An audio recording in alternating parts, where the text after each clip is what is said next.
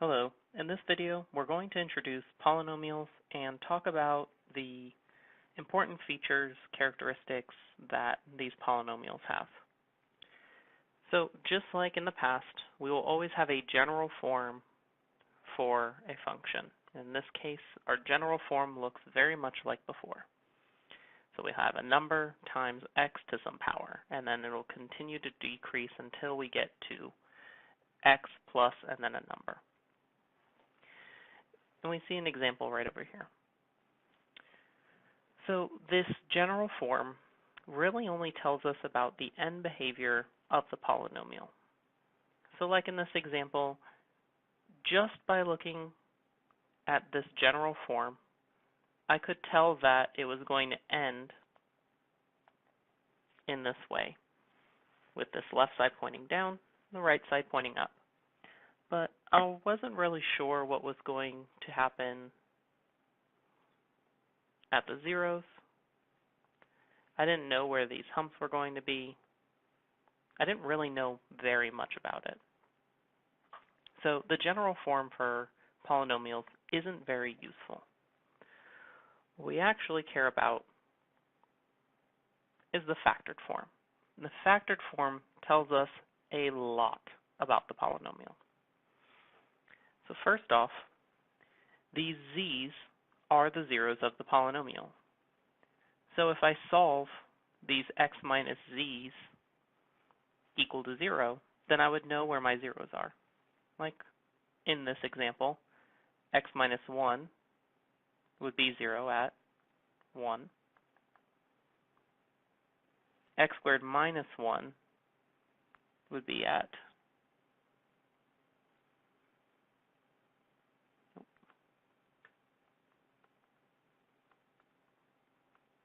plus or minus the square root of 1, which is, again, 1.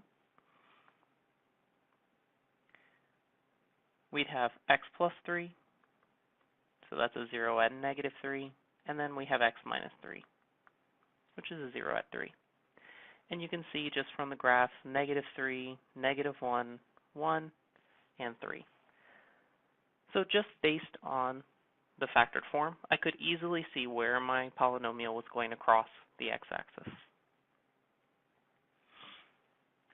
And by solutions to the equation form f of x equals 0, that's what we mean by the zeros of the polynomial. So it's very useful to factor a polynomial in order to solve it. Now, we would also note the behavior of the function at zeros, and that's going to be determined by the multiplicity.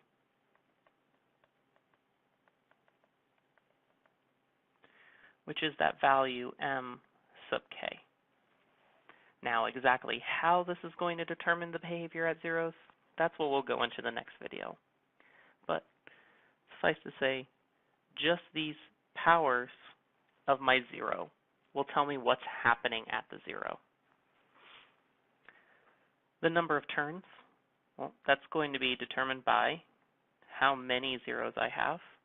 In this case, I have 1, 2, 3, 4, right? Those 4 that we saw here. And so we can see that we have these 3, well, technically 4 turns.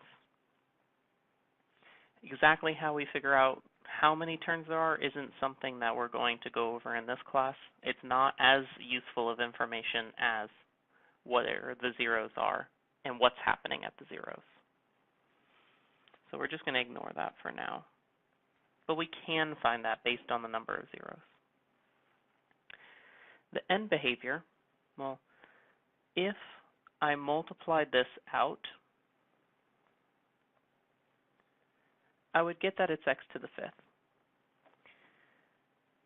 And it's that degree of the polynomial along with a that's going to tell me how exactly the end behavior is determined. And in the next video, that's what we'll go into. But for now, if I want to know what the degree of the polynomial is, I would add up all of these degrees of the zeros. All of that added together would give me the degree of the polynomial. And then the general shape, by figuring out what the end behavior is, where the zeros are, and what the function's doing around 0, I can get a general shape of what's going on. Now, would I know that this hump goes all the way up here? No.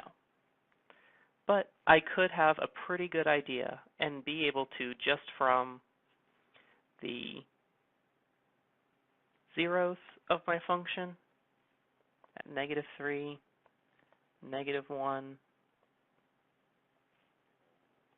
1, and 3, the end behavior,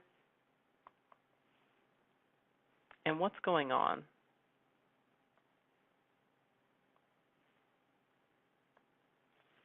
You can see from just these pieces, if I just connect them,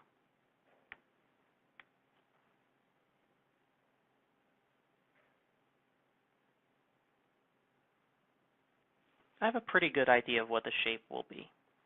And again, this is just our rough estimate in order to get a good general idea of what's going on with the function.